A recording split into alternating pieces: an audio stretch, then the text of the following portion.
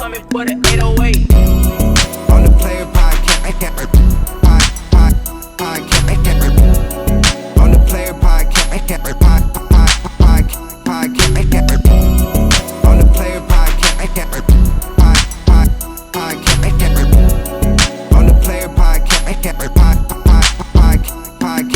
My dog, who on the track, Yes, man? What's up, man? Yeah, man. Welcome to the Player Podcast, man. Today we got Who on the Track. Welcome. Man, appreciate Welcome. you for having Thank me, you for man. stopping by, man. Appreciate you, man, for We sure. got my hometown out here in Sunnyvale, man. How you like it out here? Man, it's nice, man. It's what I'm finna say, man. California, man, it's like my second home, man. For sure, for sure. Yeah, man. Yes. Looking good, man. Well, I appreciate you, man. So, let's get the Who interview going, man. What made you get into this music game? Man, I'm finna say, to be honest, I've been listening to music since I was like, I say about 3 or 4 years old. So, my pops used to listen to, it's a lot of California artists. You got E40, you got Too Short. And you out there in Texas. I'm out there in Texas, man, listening to these cats, man. I'm finna say, and I shouldn't even have no business listening to these artists at my age, but I just knew, I just had a thing for music. Mm-hmm. Yeah, I'm finna say so. Yeah, it trickled down from when I was growing up and everything like that, man. And I guess what was like the influences that caught your ear at the music, yo? Like I'm talking about like from like bass to like the kicks and everything like that. Mm-hmm. Like I said, being at that age, getting up at the middle of the night, turning on the radio, you know what I'm saying, to listen to these artists. Even though I might get in trouble, but at the same time, I just had a thing for music. I just love music, and if it's in the house or in my pop's Cadillac, cause that's what he used to have. He used to have like a red Cadillac, and I used to just jam. Used to just listen in his car, even when he's not even around and everything like that. Said if it wasn't my pops, it was for sure. It was my uncle for sure. Oh, okay. Mm-hmm. Yes, sir. And how old were you around this time that you was like, okay, I'm hearing these frequencies around me, like what age was this when you knew this is the type of music you might want to do later? I say when I was about 11 or 12 years old. I'm finna say my brother was an artist. So down the line, like he, was rapping and I used to record him. So the thing was we used to go on this beat site called SoundClick. Okay. And I'm finna say the majority was like, man, we had to get, in order for us to get the beats and everything like that, we had to go on the internet. Mm-hmm. When it just wasn't no broadband, no anything like that. This is straight dial up. So every time you get on the computer, you tie the phone up. Yeah. So yeah. So I was like, man, I remember probably like 2 or 3 days before Christmas, my cousin came to my grandma's house with this blank CD. Didn't know what it was, and he was telling us, "Hey man, I got this beat making software called Fruity Loops." And me and my brother, we just looked like Fruity Loops. Okay, so he popped it in. It was the demo. He showed us like what to do and everything like that. And when I seen it, You remember like what number, what version? It was Fruity Loop 6. Okay. Yeah, so this is like around 2005, if I'm not mistaken. So I was around 12 or 13 years old at that time. So that's around the time I graduated high school out here, 05. Mm-hmm. So I was just like this. Like my brother, it seemed like he had interest in making beats, but I was like really locked in. Like I was like, okay. So I told my brother, I said, if I start making beats, we don't have to go on SoundClick anymore. So that was the thing. So every time, sometimes if I was in school or something like that, he would get them off of SoundClick. But like over the weekend when we go to my grandma's house, because that's where we had the FL on the compact, and we'll just I say, you know what, just let me cook something and do like this, and shoot, you can just rap off of this. That's dope, man.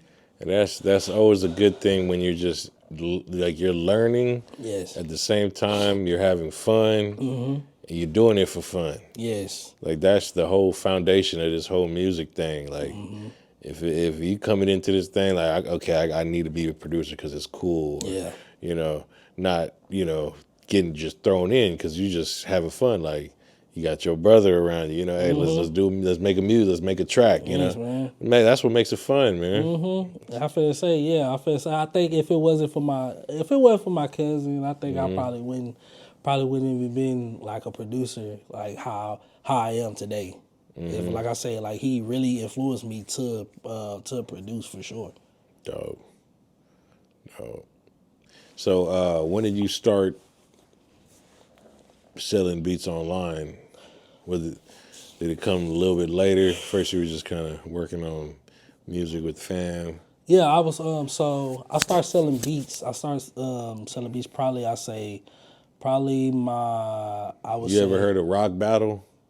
Nah, Rock Battle before. I think that was like one of the first beat selling sites. It was around. I think I did. I heard of it, but the thing was, like, I wasn't really into like selling beats. I was just making making them for fun, or I had. What homies. type of beats were you making in the beginning? Like, I was making like trap. I was making trap like dirty south type beats. Because I'm from Texas, so that's what we was doing. We was just we used a lot of brass. We used a lot of whistles. What was it? It was like kind of down south, but at the same time, kind of like trying to be like the Atlanta, like Lex Luger, South Side. Who else? D Rich. You had Shawty Red. Most of those cats. So I feel saying around 2020, around 2006, 2007. That's where my focus was to make those type of beats at that time. Dope. 2006. Did Roscoe Dash come around that time? Gucci Man. It was Jeezy. Gucci Man, Jeezy. You had them. You had most of them people, and that's what we was kind of influenced. We was kind of influenced by that type of sound, and I was really trying to get that sound. But at the same time, like the way how internet is now, you can be able to get as many kits as you want to. But around this time, like 2006, 2007, I didn't have no resources. You using them stock kits. I'm using stock. I'm using that stock Fiesta kits. snap, that Fiesta clap. Yes, I'm using nothing but that. I'm using toxic. I'm using toxic biohazard. I'm using the stock plugins and FL. Like citrus. I'm using all of these type of stock plugins and everything like that. I didn't really touch my first VST until probably like 2011. So when did you start understanding, like, I guess, how to build chords and, melodies and how to get better at melodies and stuff? I would say probably 2015, 2016 when I was in college. Cause see, that's when I found you around about 2015, 2016. Because I started doing the type beats on YouTube. Yes. And then it wasn't too many, because I had to take a chance. Because, when we doing these type beats, it's all about trends. It's all about, how if your thing gonna even match the key word you're trying to go after. Yeah. And I'm in Hawaii, and I'm like, you know what? Ain't nobody doing Cardo Got Wings type beats / Payroll Giovanni. I'm gonna go this way and just see what, and that's how I found your beats. Yeah, man. It was me, you, Mike D, and maybe a Mook. Mook made it. It wasn't too many though. Yeah. It was a handful. But when I heard your shit, I was like, damn, bro, this guy's good. Like, he's good. I appreciate you. And I reached out to you, and you was hella cool. That's how we met. That's how me and Who met, man. I was say, off of YouTube. I just remember you was like, man, send me some collabs. I said, I got you for sure. Usually, when you send a collab to somebody, or it could be 10 or probably 10 to 15 collabs, you expect, I expect this person to get back with me probably like in a day or two. I sent them back to you. You probably got done with them probably like in a couple of hours. And I was like, okay, yep. I said his work ethic. Yeah, I like his work ethic. I'm definitely gonna tap in with him. Nah, man, and then to see your growth too. You got that work ethic, man. YouTube channel growing, and you know, at first you was on Airbit. I was on Airbit. Yeah. I was on Airbit, and homie told me, "Hey man, you need to come on BeatStars." I was like, "Man, I don't want to." And my thing was, I didn't want to start over.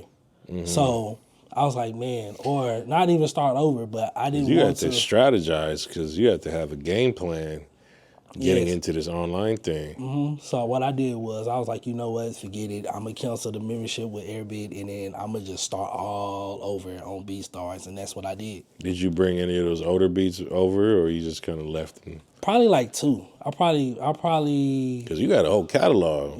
You got a hell of beats on there. I probably put like either 2 or 3 of those old beats from Airbit, and then the rest of them I was just making them and then putting them on BeatStars. Dope. Yeah, man. So when did you start seeing success in BeatStars?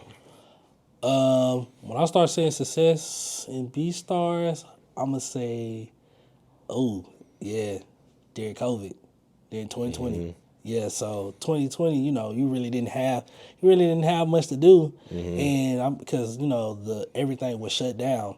So the thing was, you can either play the game with your homies or make songs and everything like that. And that was like my most bread making year for sure was 2020, because like I said, like people was looking online, looking for tight beats and everything. And I'm telling you, 2020 was definitely one of those years for me. What would you say when is that around when time you got your first placement? My first placement I got was 2019. Okay, And that's when that's right before it kicked off. Yeah, that's right before it kicked off. So November 2019 is when I got my first placement, and then when COVID hit, two or 3 months after. So let's talk about your first placement. I think it was like my first placement too. We got it on the same album. Yeah, I remember us calling each other, "Yo, we got a placement on the same album." Yeah, that was clean, man. Man, something got changed.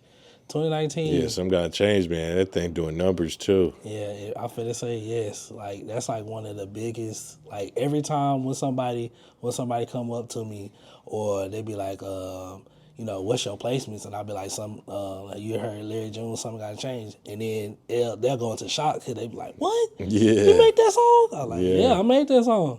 Because I don't really go out here, telling people, oh, I'm making this and everything like that. Like I just be ducked off and everything. So 20 that song right there, how that song came about, my homie, shout out to Junie Baby.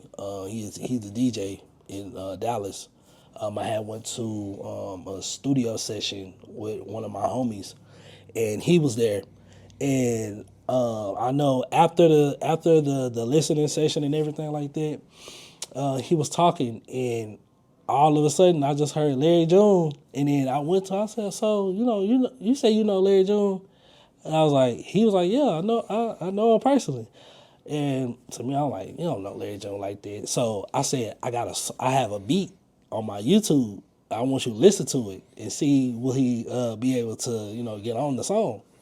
And I think around this time he was going more of the, the organic and everything like that, because people knew him about the trap Larry and everything. So when he was telling me, he was like, yeah, he be on this trap shit. He be on the trap beats and everything. I was like, no, not from the songs I've been listening to lately. Yeah. And I let him listen to it.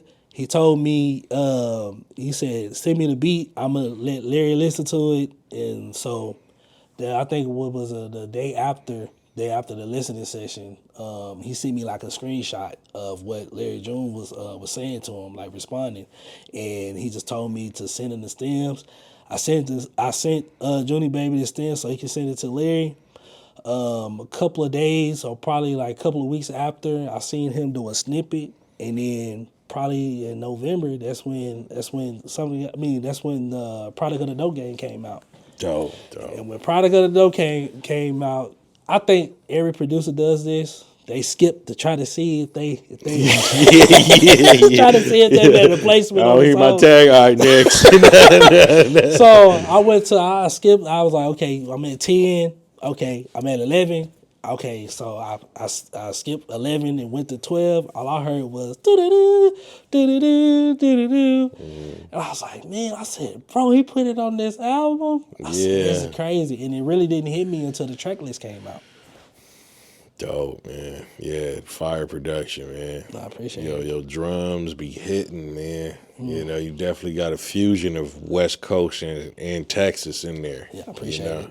I appreciate it. You got your own twist, you know? I appreciate it, man. A lot of people say I got like a bouncy sound when it comes to it. Your drums. Yes. Yeah, your drums is unique. You know, you take your time. You got that signature crash. You know, there go the crash. You know, simple. I feel y'all hear the simple for sure. You want to go into some of the techniques or production techniques when it comes to making good drums. I'm finna say I give so one of the cheat codes that I do is when it comes to a kick, I make sure to lower the kick. So let's say, for instance, if it's C5, I put it down to like B4. Because if I put it B4, then I'll be like, okay, for some reason it's like a bigger kick to it. So like a more thumpier. So I've been doing that. I've been doing that probably since 20. Pitcher kicks. Yeah. Pitching. Just pitcher kicks. So I've been doing that since like 2019. Dope. And you just kind of stumbled upon a little trick, like I'm gonna just keep doing this. Cause I was whistling because for some reason it was by accident. So like I was like, dang, I hit the wrong key, and then I was like, wait a minute. I was like, this kind of got a little more punch, a little more kick to it. So I was like, I'm gonna just keep it just like this. So every time I do a beat, I make sure I don't put it in C5. I make sure to put it in B4 for me. Nice. Do you usually start off with melodies first, or you like doing your drums first? Me, I like doing melodies first. I feel say it all depends on like what type of mood I'm in. I feel say I can start off with the chords. Go with the chords, like pianos, then hit with pads, because pads is my go-to. So I just love making the pads, and when I do those, then I hit with counter melodies. Then after the counter melodies, that's when the drums, gets easy for me. Okay. Is there any specific BPMs you like cooking up around? I would say 90, 92-ish. If I don't take that route, if I don't do that, then I'll go with like probably 150. 150 between 150 to like 164. Nice. Is there any your favorite go-to VSTs? Favorite go-tos, yeah, you know what I'm saying? Player VST for sure. Yes, gotta have that one. Gotta have that one. Selection family here, man. That one. Still, I still use Discovery Pro to this day. Discovery Pro. Super low key plugin, man. Yes, I still use Discovery Pro. I don't know how you found that plugin. Oh, bro. Disco DSP or something, right? Disco DSP. I use that one. That's still one of my favorite ones. I use Yuhi, Diva, Expand. That's basically about it. That's like four of my favorite VSTs. Expand is a crazy VST, man. It's like people don't understand, man. Like everyone thinks you need all this, you need this, man, work with what you got. Yes. And you don't need everything. You don't need the big, greatest, latest, and grand Omnis 5 and Nexus 5 and you don't need none of that. I mean, they're good plugins, but that's when you can kind of get it turns from let's create. Let's not spend all day going through sounds? You know, do you have a process of like finding your best sounds? Do you make templates at all? Do you like doing that? No, I'm finna say most of the time, yes. I'm finna say because workflow can actually, I'm finna say can be faster if you do templates for sure. It all depends. Usually sometimes I like to start fresh and everything. Because my folders sometimes when people be on there, they be like, "Dang, like how do you know where all of your folders is at?" I'm like, I just know. So if I say it all depends. That's all I can say. It just all depends. And I've been seeing you've been cooking up on the MPC now. Yeah, man. You've been on FL too. So are you all MPC or do you use both or? I use both. Sometimes like if I'm in the mood to cook up on FL, like when I'm on the computer, whenever I get home from the crib and everything like that. Whenever I get home from doing like my errands and everything like that, I usually just go to get on the computer, browse on the internet and everything like that. Then I'll be like, dang, I might just cook up on FL today.